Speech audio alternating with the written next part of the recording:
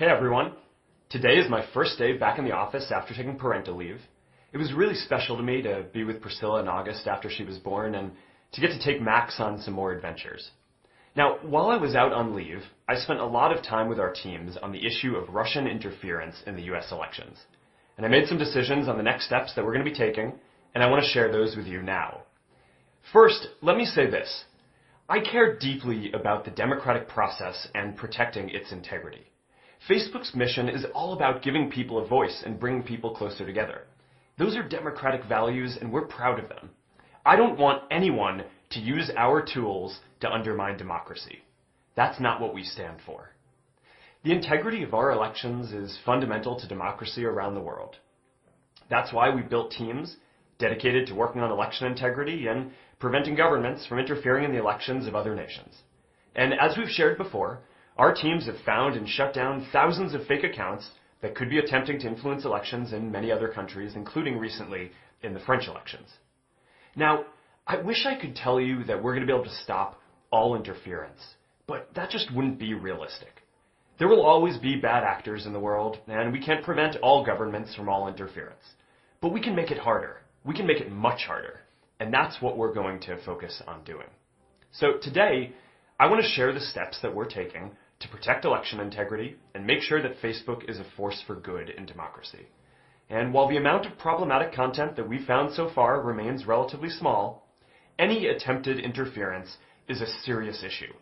So here are 9 things that we're going to be working on over the next few months. First, we are actively working with the US government on its ongoing investigations into Russian interference. We've been investigating this for many months now, and for a while we had found no evidence of fake accounts linked to Russia running ads. And when we recently uncovered this activity, we provided that information to the special counsel. We also briefed Congress, and this morning I directed our team to provide the ads we've found to Congress as well. Now, as a general rule, we're going to be limited in what we can discuss publicly about ongoing law enforcement investigations, so we may not always be able to share all of our findings publicly. But we support Congress in deciding how to best use this information to inform the public, and we expect the government to publish its findings when their investigation is complete. Second, we will continue our own investigation into what happened on Facebook in this election. We may find more, and if we do, we will continue to work with the government on it. We're looking to foreign actors, including additional Russian groups and other former Soviet states, as well as organizations like the campaigns, to further our own understanding of how they used all of our tools. These investigations will take some time, but we will continue our thorough review. Third, going forward, and maybe the most important step we're taking, is we're going to make political advertising more transparent. So when someone buys political ads on TV or other media, they're required by law to disclose who paid for them. But you still don't know if you're seeing the same messages as everyone else. So we're going to bring Facebook to an even higher standard of transparency. Not only will you have to disclose which page paid for an ad, but we will also make it so you can visit an advertiser's page and see the ads that they're currently running to any audience on Facebook. We will roll this out over the coming months, and we will work with others to create a new standard for transparency in online political ads. Fourth, we will strengthen our own ad review process for political ads. Now, to be clear, it has always been against our policies to use any of our tools in a way that breaks the law, and we have many controls already in place to prevent this. But we can do more. Most ads are bought programmatically through our apps and website without an advertiser ever speaking to someone at Facebook. And that's what happened here. But even without our employees directly involved in the sales, we can do better. Now, I'm not going to sit here and tell you that we're going to catch all bad content in our system. We don't check what people say before they say it, and frankly, I don't think society should want us to. Freedom means you don't have to ask for permission first, and that by default, you can say what you want. And if you break our community standards or you break the law, then you're going to face consequences afterwards. We won't catch everyone immediately, but we can make it harder to try to interfere. Fifth, we're increasing our investment in security and specifically in election integrity. In the next year, we will more than double the team working on election integrity. In total, we'll add more than 250 people across all of our teams focused on the security and safety of our community. Sixth, we will expand our partnerships with election commissions around the world. We already work with electoral commissions in many countries to help people register to vote and to learn about the issues. And we're going to keep doing that. And now we're also going to establish a channel to inform election commissions of the online risks that we've identified in their specific elections.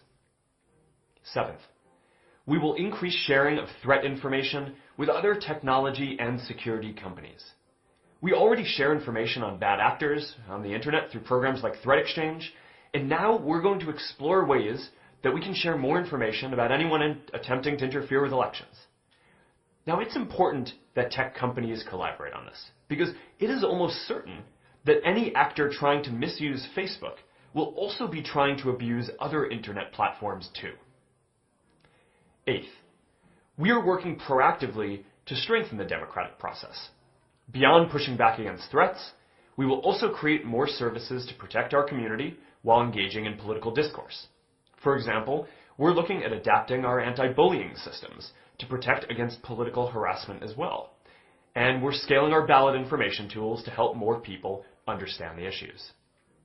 Finally, we've been working to ensure the integrity of the German elections this weekend. From taking action against thousands of fake accounts to partnering with public authorities like the Federal Office for Information Security to sharing security practices with the candidates and parties.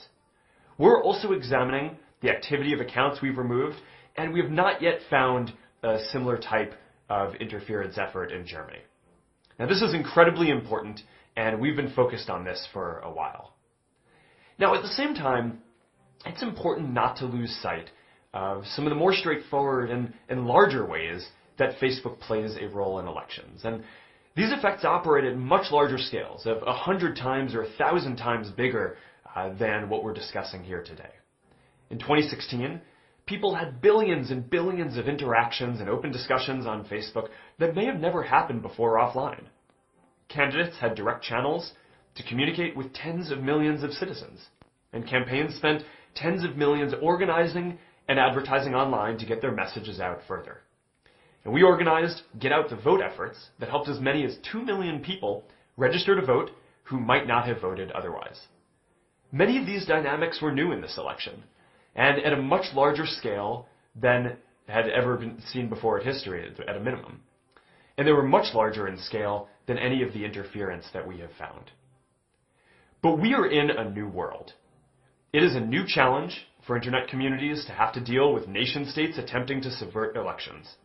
But if that's what we must do, then we are committed to rising to the occasion. Our sophistication in handling these threats is growing and improving quickly. We will continue working with the government to understand the full extent of Russian interference, and we will do our part, not only to ensure the integrity of free and fair elections around the world, but also to give everyone a voice and to be a force for good in democracy everywhere. Thanks for tuning in, and we'll keep you updated with more soon.